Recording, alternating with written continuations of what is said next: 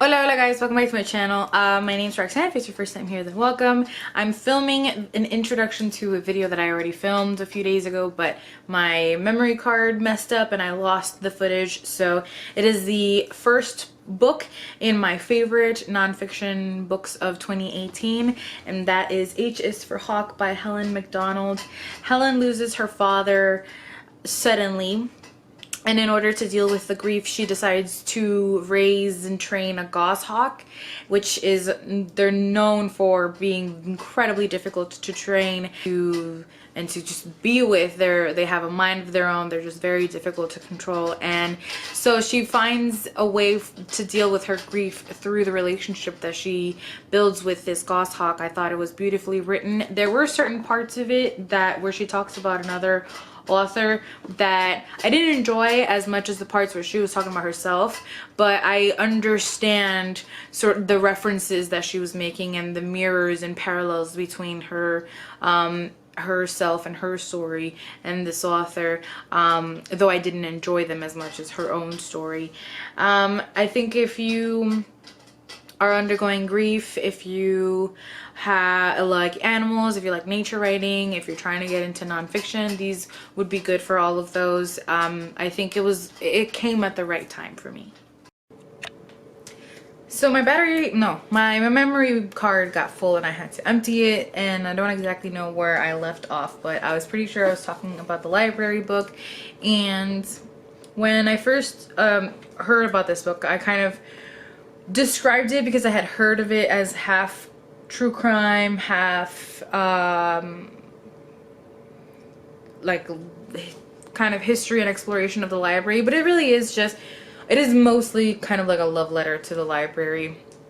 And I think it's beautifully written, and I think that if you have ever enjoyed the services that a library offers, if you frequent them, if you're a patron of the library, if you have had librarians that have meant a lot to you and have helped you with big projects or anything like that, then you'll really enjoy this, because it talks about unfortunately how often libraries are destroyed in wars and in conflicts, and how often they kind of really have to constantly be making themselves feel needed so that they get the money needed to run them, and they're constantly having to defend themselves, which is really unfortunate because they do so much. They really are kind of this house of knowledge, but within that there are so many different facets to them and so many different services that they provide that a book like this really is invaluable, because it condenses that all and it shows you that. And then as a side note, it also talks to you about the fire that destroyed the Los Angeles Public Library, and that part of it was very interesting, and I enjoyed both of those aspects of the book a lot. And I always recommend it to people at the bookstore that I work at, and I get very happy when people come and ask for it. Plus it's just an absolutely beautiful book. So yeah. Another one is Where Am I Now by Mara Wilson. You might know her as Matilda. She was also in Mrs. Doubtfire, and I think maybe a few other things as well. And I love Matilda. It's one of my favorite movies as a kid.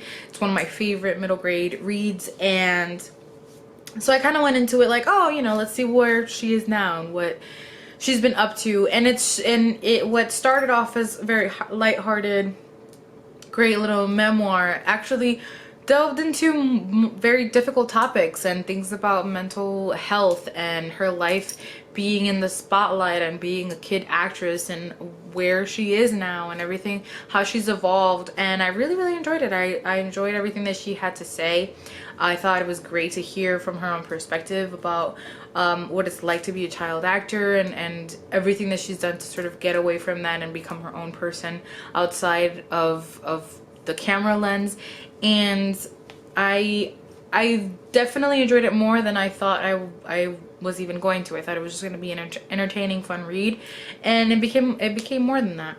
We also have When They Call You a Terrorist, a Black Lives Matter memoir by Patrice Concolors and Asha Bendel, with a foreword by Angela Davis. And this is about how the Black Lives Matter movement came about, but more a memoir about the life and the life of Black lives in these authors and these authors' lives and their families' lives and friends. And it's about life and living in this country, and it's about sexuality and becoming your own person. And it isn't a history kind of these are the things that led specifically to the creation of the Black Lives Matter movement, but you see the things that impacted them as people that made them want to create and see the need for something like the Black Lives Matter movement.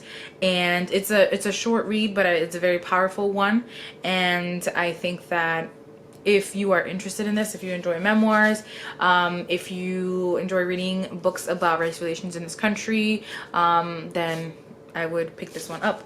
I also read and really loved Redefining Realness, My Path to Womanhood, Identity, Love, and So Much More by Janet Mock. This is a memoir about the exploration of her womanhood and her transition and her history and the loves that she has had and the losses that she has had and the relationship that she has with family. And it's a very powerful read, and I think that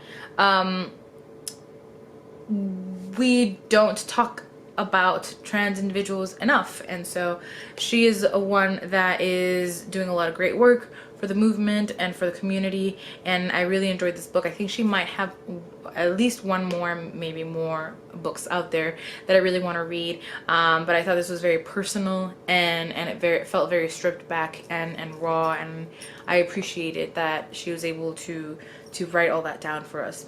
And I also loved My Beloved World by Sonia Sotomayor. Sonia Sotomayor is the first Puerto Rican Supreme Court Justice. She's a woman that I greatly admire. She is from the Bronx. She is, has Puerto Rican family and just stands up for very important things that I admire.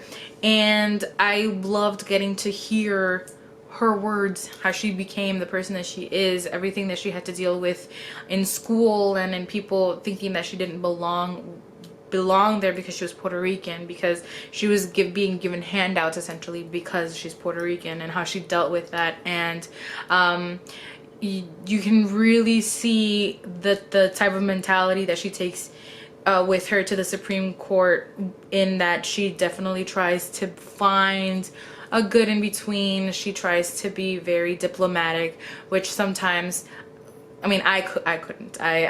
Sometimes I kind of want her to be more firm on certain things, but I admire that she can do that, and that she can do that job so well, because I can imagine that it is not easy at all. Another Puerto Rican female memoir that I loved was Rita Moreno, a memoir by Rita Moreno. She is my actress, Broadway singing Puerto Rican queen. Also lives in New York, and that's another one that, like the Mara Wilson memoir, I went into it thinking that it was going to be very lighthearted and fun, and we were obviously going to get to know more about them, but actually she goes very, very deep and gets very, very personal in ways that I was not expecting, and found out things that I had no idea about. And I respect her so much more now than even I did before. And I absolutely loved it. If you can listen to it on audiobook, do so, because she is the narrator. Actually, she's also the narrator of the Sonia Sotomayor audiobook. So if you love Rita Moreno, then I would listen to both of those. Last but not least is actually the last nonfiction that I read this year. It's called American Overdose, The Opioid Tragedy in 3 Acts by Chris McGreal. And I talked about this recently in my current reads and recent reads video that I uploaded, and it's about exactly what the title suggests. It's about how the opioid crisis got so bad in this country, how disproportionate the numbers are, how we have so many prescriptions for opioids when our population really shouldn't warrant it, and how all of the players that failed, who is at fault, who did nothing, who tried to do something but was held back.